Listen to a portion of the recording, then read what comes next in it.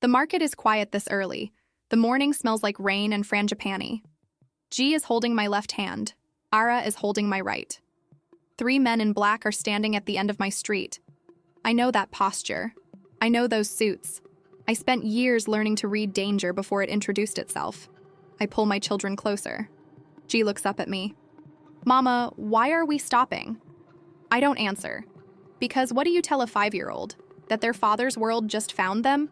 That the life I buried under 5 years of silence and market mornings just walked back to my door? I thought I left this life behind. But the Korean mafia just found my children. And the worst part? I think their father sent them. Let me tell you the kind of woman I was before Nairobi. Before twins. Before everything. I was precise. I was careful. I had survived 3 years inside a criminal organization as an operative. Not as a member, never by choice. Always as a blade hidden in plain sight. I got out. I rebuilt. I became a certified translator. I wore clean blazers and carried a leather portfolio and told myself that was enough. Seoul was supposed to be a clean assignment, a 10-day summit. Diplomatic language, corporate language, the boring in-between work of making 2 parties understand each other. Then I met Han Siojun. He walked into the summit room 20 minutes late, which I later learned was intentional. A man who controls the timing of his entrance controls the room before he speaks a single word. He was tall. Dark suit, no tie. A face that had learned long ago not to show anything that could be used against him. His Korean was clean and clipped. My job was to translate for the West African trade delegation seated across from him. He glanced at me once when I began speaking. Just once. But I felt it. You speak well, he said to me after the session, in English, which he hadn't used once in 3 hours. That's the job, I said. He almost smiled. Almost. Who taught you Korean? Myself. Textbooks. Stubbornness. That time he actually smiled. It was small and controlled, and it did something to the air in the room. Han Siojun, he said, extending his hand. I know who you are, I said, and I meant it in every possible way. He looked at me then, really looked. And I think he understood that I wasn't impressed. I wasn't afraid either, which probably confused him. Most people were one or the other. The summit stretched to 3 weeks, extended sessions, complicated negotiations. Siojun requested the same translator each time. I should have asked to be reassigned. I didn't. We developed a rhythm. Professional, careful, technically appropriate.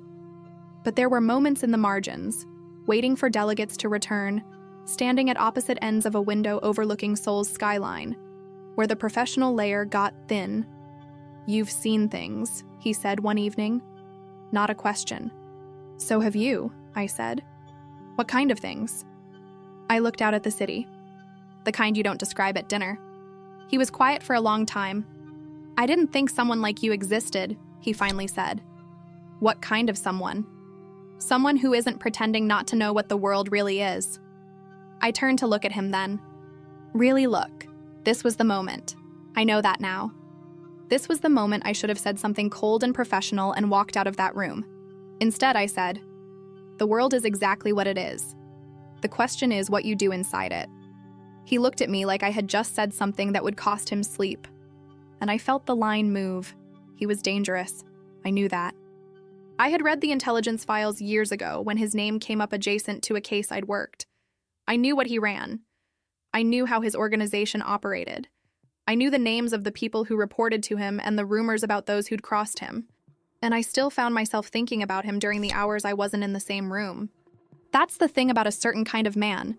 It's not that he's good, it's that he sees you, completely. And in a life spent being invisible on purpose, in rooms full of people who only needed your voice, never your mind, being seen is its own kind of danger. One evening, he asked me to join him for a late dinner. Just dinner. A restaurant on the 40th floor. Seoul glittering below us like a second sky. He ordered in silence. I watched him. You're studying me, he said, without looking up from the menu. Occupational habit, I said. And what have you concluded? I put the menu down.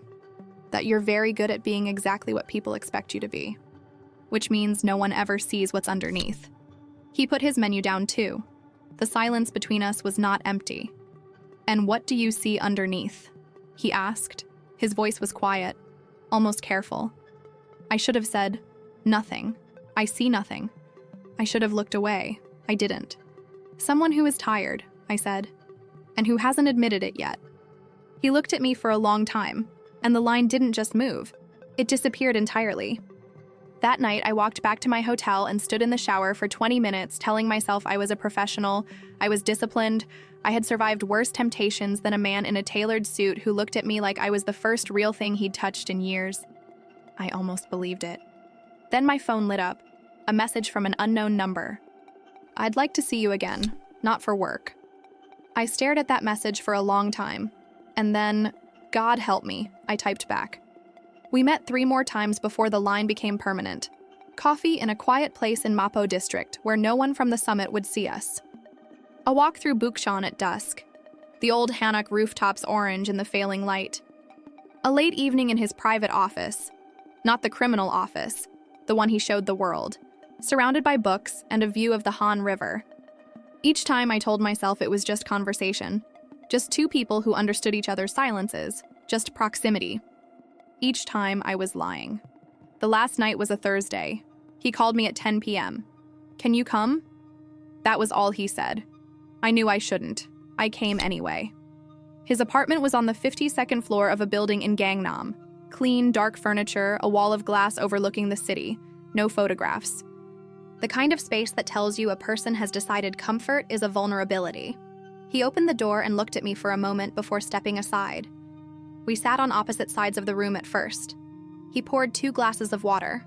Not wine, not anything that could be blamed later. Just water. Which somehow made it more honest. "Why did you really come?" he asked. I looked at my hands. "Because I wanted to," I said. "And I haven't wanted something for myself in a very long time."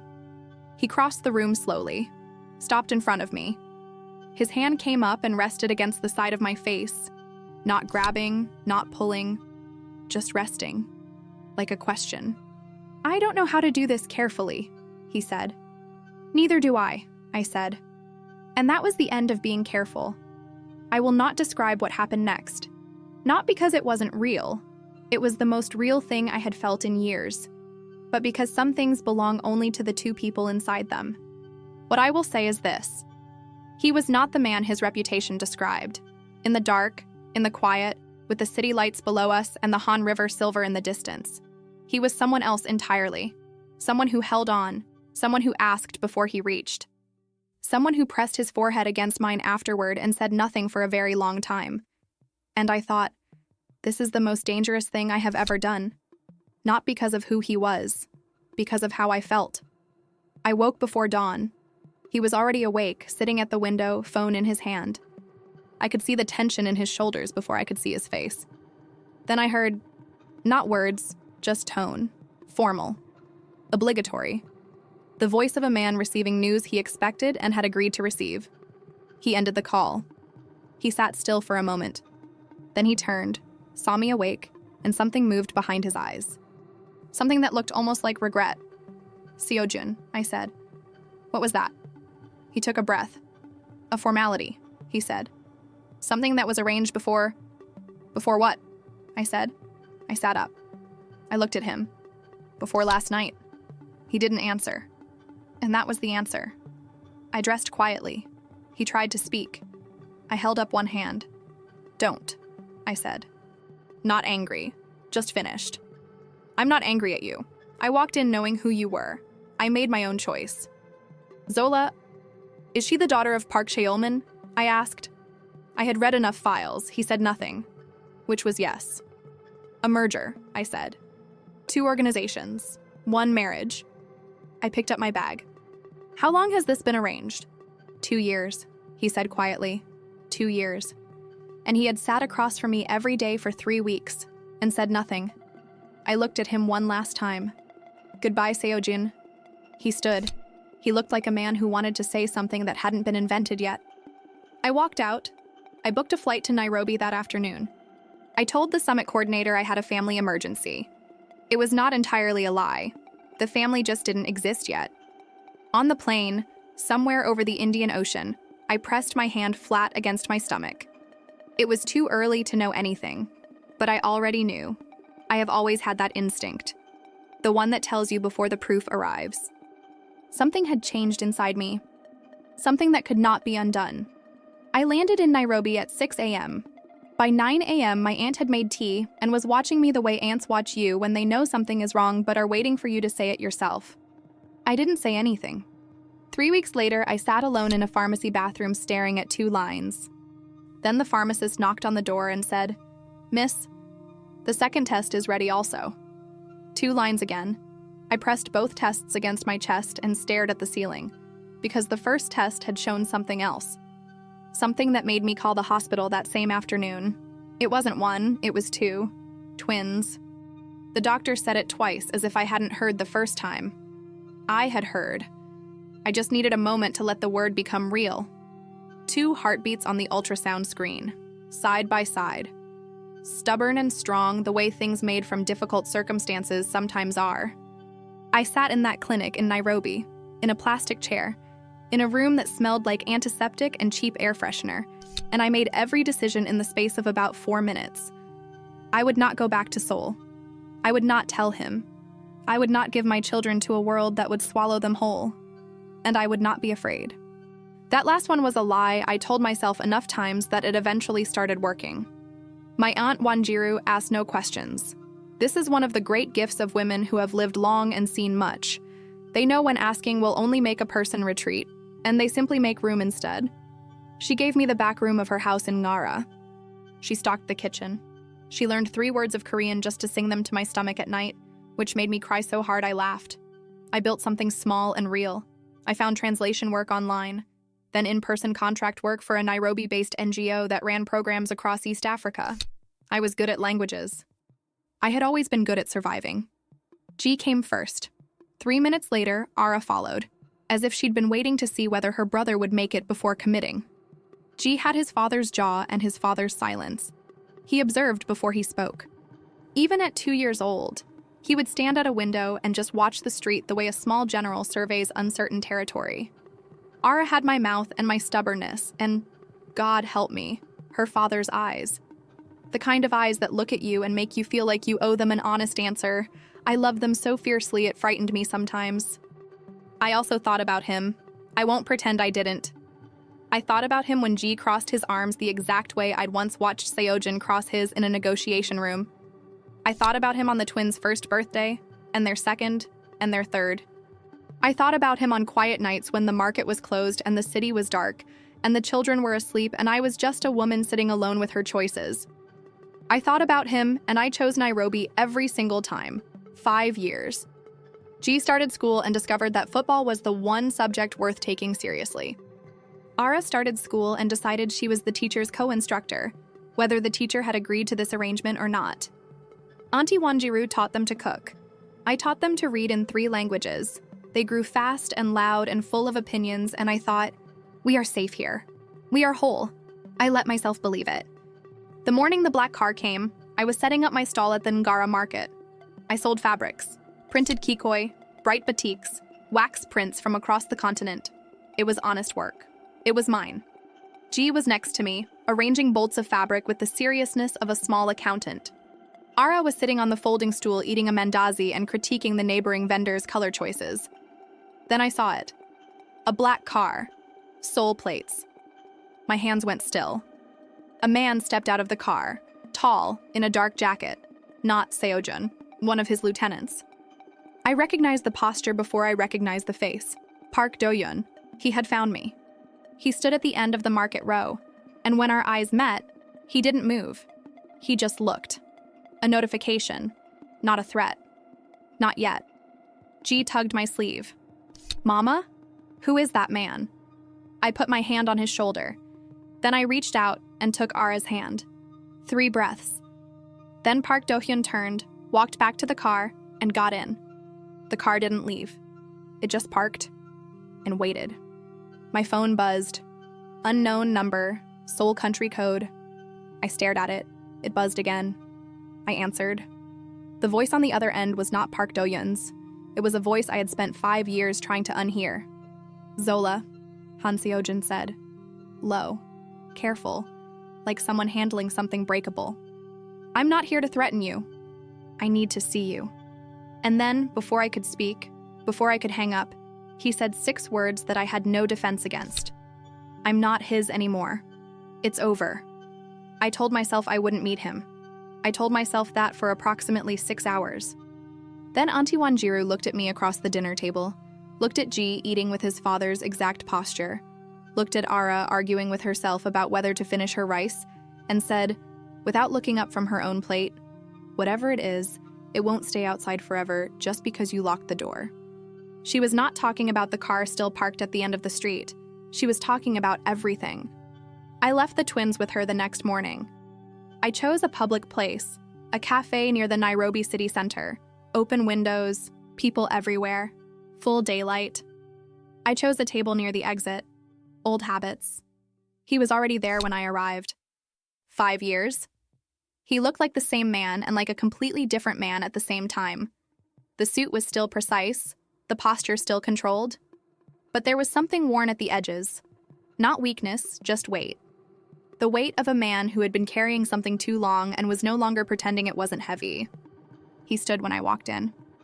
I didn't expect that. Zola, he said. My name in his voice after 5 years was its own kind of violence. 안녕, 여러분.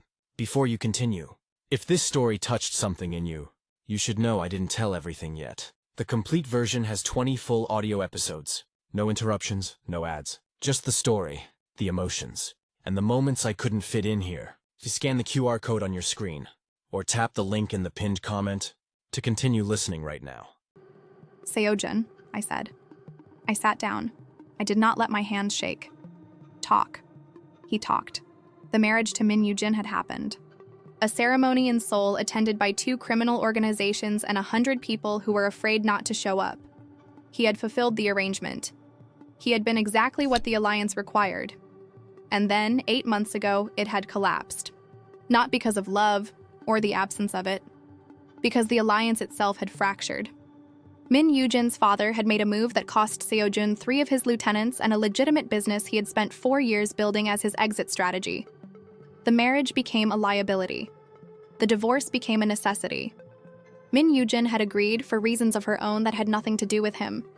So the empire made you marry her, I said. And then the empire broke the marriage. Yes.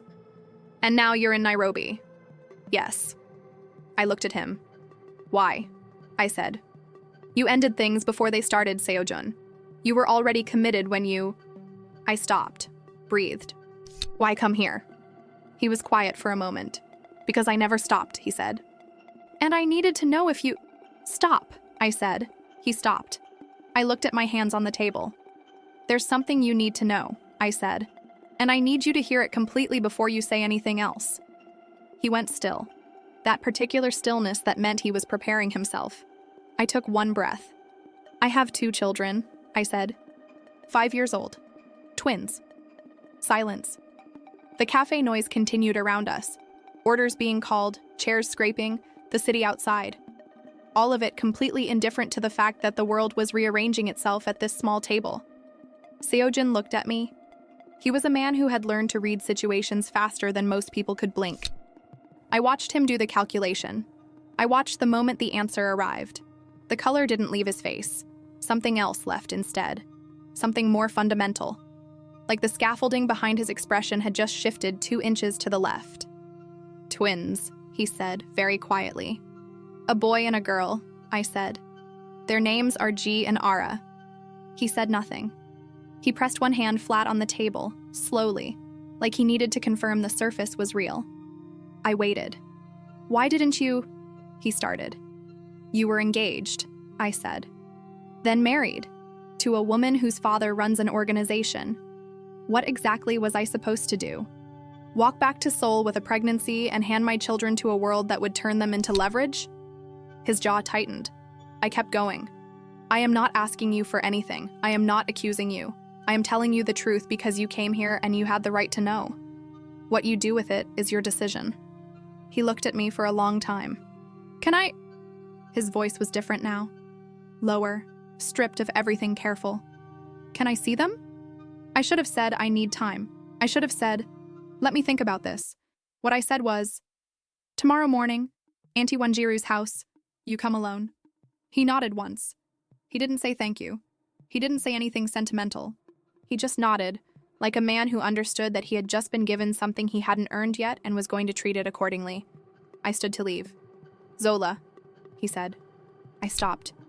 I'm sorry, he said. For all of it. I know that doesn't fix anything. I didn't turn around. No, I said, it doesn't. I walked out into the Nairobi morning, and I stood on the pavement for a full minute just breathing. Because tomorrow, Han Siojun was going to meet his children. And nothing after that would ever be simple again. That night, after the twins were asleep, my phone buzzed again. Not Siojun's number. A different soul number. One I didn't recognize. I answered. A woman's voice. Controlled. Cold. Unmistakably dangerous. Ms. Zola, I believe we have something to discuss before my ex-husband makes any decisions he can't take back. Min Yoo-jin, she had found me first. She arrived at 7 a.m., before Siojun, before the twins were even dressed. I opened the door, and there she was. Min Yoo-jin in a beige coat and a face built for negotiations, standing at the gate of my aunt's modest house in Ngara, like she owned the street it sat on. I had seen photographs. The photographs had not communicated the particular quality of her stillness, the kind that comes not from peace, but from absolute, practiced control. I won't take long, she said in English. Perfect English. May I come in? I didn't move from the doorway. You can say what you need to say from there, I said. A flicker of something, respect, maybe, moved across her face. Fair, she said. She held her hands in front of her, laced together. No bag, no phone visible. A deliberate gesture of non-threat. I know about the children. I've known for 3 months. My father's people found you before Siojun did. The cold moved through me, but I didn't show it. And, I said, and I came here to tell you... She paused. Something in her own expression shifted, just slightly. A door opening that she'd kept locked. That I'm not your enemy. I let her in. Not because I trusted her, because I needed to understand what she wanted before Siojun arrived. Auntie Wanjiru appeared from the kitchen with tea she hadn't been asked to make, set it on the table without a word, and positioned herself in the hallway where she could hear everything. God bless that woman. Min Yoo-jin sat. She looked at the children's drawings on the wall. A specific drawing, G's latest, which was unmistakably a portrait of a tall man in a dark suit that he'd made with complete earnestness despite never having seen his father, made her look away. I was never in love with Siojun, she said. I want you to know that. The marriage was my father's construction. I was the material he used. She picked up her tea, set it back down. Siojun was honest with me about that from the beginning. It was one of the few things I respected about him. Then what do you want? I asked. My father knows about the twins, she said. He sees them as leverage. Not against you, against Siojun. If Siojun has children, he has a vulnerability. My father will use that. The cold deepened. Why are you telling me this? I said. She looked at me directly. Because I spent 8 years being used as a piece in someone else's game, she said. And I am finished watching other people's children get pulled into this world because the men in charge think everything is a resource. A long silence. The divorce proceedings are today, she said. Siojun called them here in Nairobi through his legal team. Neutral ground. My father's lawyers will be present. It's procedural. She paused. But if you come, if you bring the children, it changes the entire shape of what happens in that room. How? Because my father's lawyers are there to protect his interests in the settlement. If Siojun has heirs, legitimate, biological, undeniable, the entire arrangement shifts. My father loses certain claims. His leverage over Siojun's remaining assets weakens significantly. She met my eyes. He brought you here as a translator once. Let him use your voice one more time, but this time on your own terms. I thought about it for exactly as long as it took G to walk into the room in his school uniform, see a stranger, and say with complete 5-year-old confidence, "Are you Korean? You look like the people in Mama's old pictures." Min Yoo-jin looked at him, and for the first time, something in her face that wasn't controlled appeared. She swallowed once. Yes, she said softly. I'm Korean. G nodded, satisfied. My papa is Korean too. We haven't met him yet, but Mama says he has good hands. I had said that once quietly to Auntie Wanjiru 2 years ago, thinking no child was listening. Ara appeared behind her brother, looked at Min Yujin with her father's eyes and said, Your coat is very nice, but it looks uncomfortable. Min Yujin actually laughed, small, surprised, real, and I made my decision. The proceedings were held in a private conference room at a hotel in Upper Hill. Lawyers on both sides. A neutral moderator. Document stacks. The machinery of ending a legal union between two criminal families while maintaining the performance of civility. I walked in last, holding G's hand, holding Ara's hand. Han Siojun was already seated at the table. He looked up when the door opened, and when he saw me, his expression was a question. When he saw the children beside me, the question became something else entirely. He stood. It was involuntary. I could tell. The kind of movement a body makes before the mind has finished deciding. G looked at him. That jaw, that stillness. Those eyes. Ara's eyes on a harder face, in a man who had spent his whole adult life making sure no one could read him. G tilted his head. Are you my papa? He said. The room went absolutely silent. Min Yujin's father's lead lawyer stopped mid-sentence. The moderator set down her pen. Siojun looked at his son for the first time. He crouched down, right there, in the middle of the conference room, in front of lawyers and enemies, and all the machinery of his criminal empire's unraveling. He crouched down to G's level. Yes, he said. His voice was steady. His eyes were not. I think I am. G considered this for a moment with great seriousness. Then he turned to Ara. I told you, he said. Ara crossed her arms. You guessed, she said. That's different from knowing. What happened next took 4 hours. I will not describe the legal details. What matters is this. The moment the twins' existence was confirmed, documented, witnessed, undeniable, the shape of Min Yujin's father's claims collapsed. His leverage over Siojun had always been predicated on Siojun having no family, no heirs, no anchor outside the organization. He had 2, 5 years old, and one very tired, very upright African woman who had carried this secret alone across an ocean and refused to be a footnote in anyone else's story. Min Yujin signed the final documents at 4 p.m. She stood, straightened her uncomfortable coat, and looked at me one last time. Take him somewhere far from all of this, she said quietly, if he'll go. She left without looking at her father's lawyers. Her father would make her pay for that later. But that was a different story. The lawyers were packing up.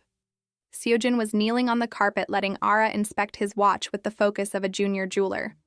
G was standing next to me, leaning against my arm, and then one of Min Yujin's father's lawyers stopped at the door. He looked back at Siojun, at the twins, at me.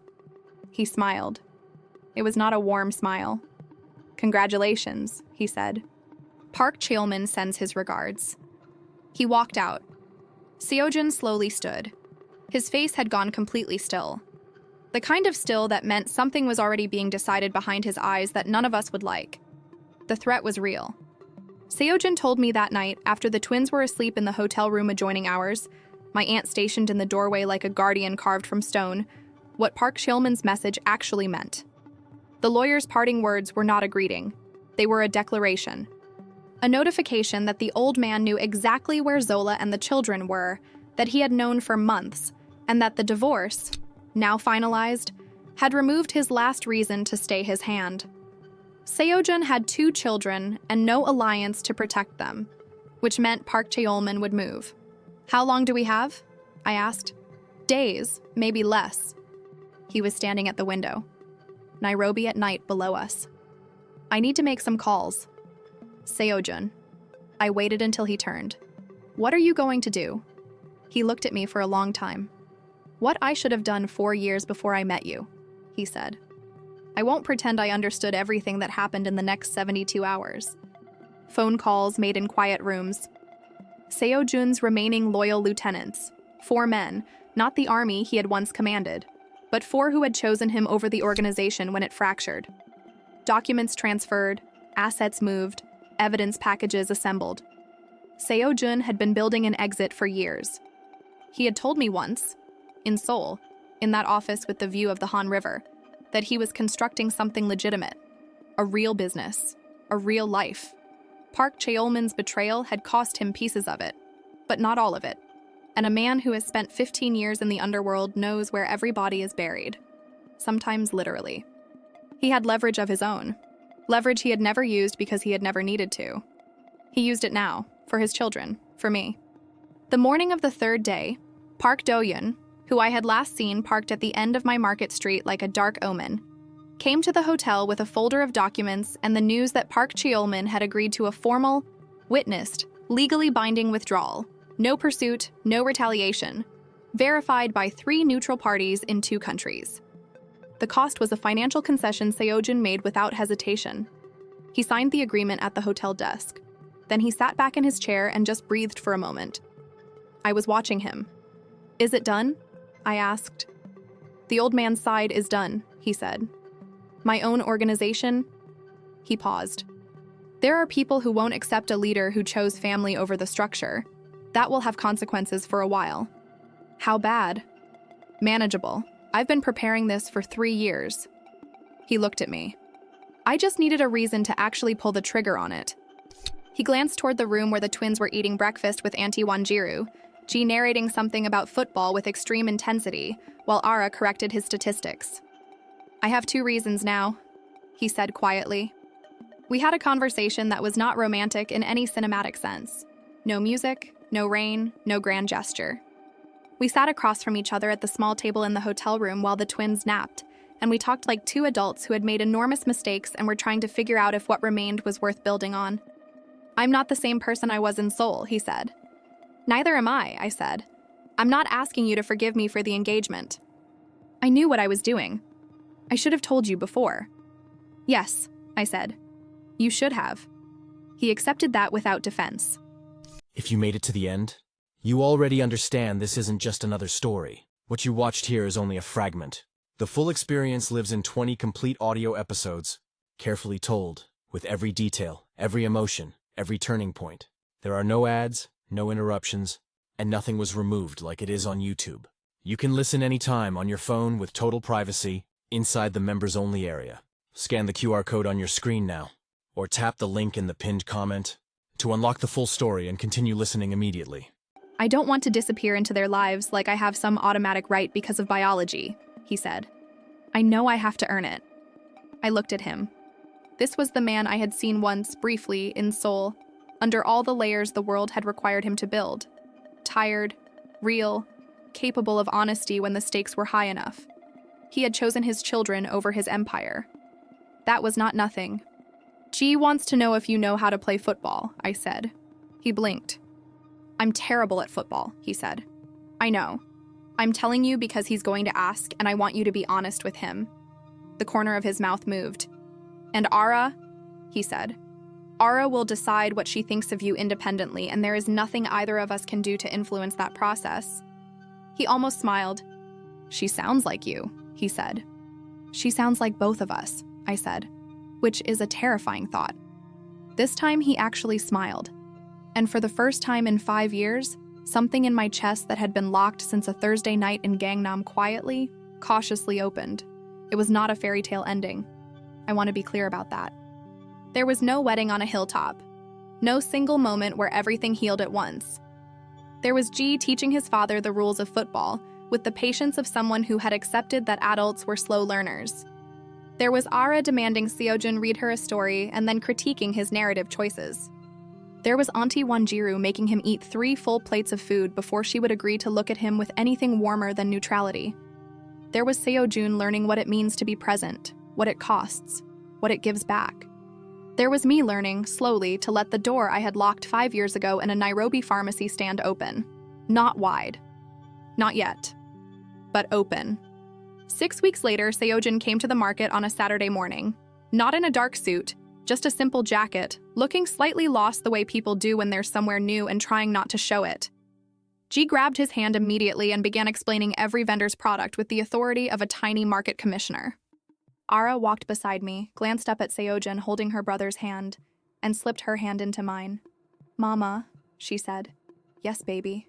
She was quiet for a moment, watching her father laugh at something G said. A real laugh, surprised out of him, unguarded. "He looks less sad now." I looked at Siojun. She was right. He did. "People can change," I said. Ara considered this with her usual scientific rigor. "Sometimes," she said. I laughed. And somewhere between the fabric stalls and the morning crowd and the sound of my 2 children and the man who had just stepped, carefully, imperfectly, earnestly, into the space we had built without him, I felt something I hadn't allowed myself in a long time. Something that wasn't hope, exactly. Something quieter than hope. Something that felt like being home. But that evening after the market, after the twins were bathed and the table was full, and Auntie Wanjiru had finally addressed Siojun by his first name, something she had been withholding as a form of evaluation, he received a message. He read it at the table. His expression didn't change. But I had learned his face and soul. I had learned to read the things he didn't let move. Something had moved. "Siojun," I said quietly, across the table. He looked up. His eyes said, "Later." I gave him later. When the twins were asleep and the house was quiet, he showed me the message. 3 words. 3. From a number registered to an organization that should have had nothing to do with us. 3 words that meant something in the underworld he had just spent 3 years trying to exit. I read them. I set the phone down. "Who sent this?" I asked. "Someone I haven't heard from in 4 years," he said. "Someone I thought was dead." He looked at me. "It's not a threat," he said. "Not exactly. But it means someone knows I have children. Someone outside of Park Cheolman's circle. Someone older." I looked at my hands. The life I had built in Nairobi, the market and the school runs and the Saturday mornings and the door that was finally, cautiously open, had not stopped being fragile. It had just found a new edge. "What do we do?" I asked. He reached across the table and covered my hand with his. "Together," he said. "Whatever it is, we do it together this time." I looked at him. I looked at the hallway where my children were sleeping. I turned my hand over and held his. "Together," I said. And I meant it. Even knowing that the message on that phone meant something unfinished was still out there. Even knowing that the world doesn't close its doors just because you decide to build something good inside them. We were together. For now, that was everything. G learned to let his father win at football exactly once. He told me afterward, very seriously, "Mama, I let him score because he looked like he needed it, but I won't do it again." Siojun never found out. Or maybe he did. He never said. Some things I still wonder about, in the quiet. If I had stayed in Seoul that morning, if I had turned around at the airport, walked back, told him before the engagement became permanent, would any of it have gone differently? Or was the path always this exact shape, and the 5 years of separation the only way 2 people this damaged could arrive at the same table without destroying each other? I don't have that answer. But I have 2 5-year-olds who argue about football statistics at breakfast, and a man who learned to lose at the game on purpose. And a door that is open. For now. Was Zola right to keep the twins secret for 5 years? Or did that silence cost everyone too much? And that message on Seojun's phone, who do you think sent it? And what do they really want from a man who just chose family over everything? The story isn't over. It just found a quieter room to breathe in. For now.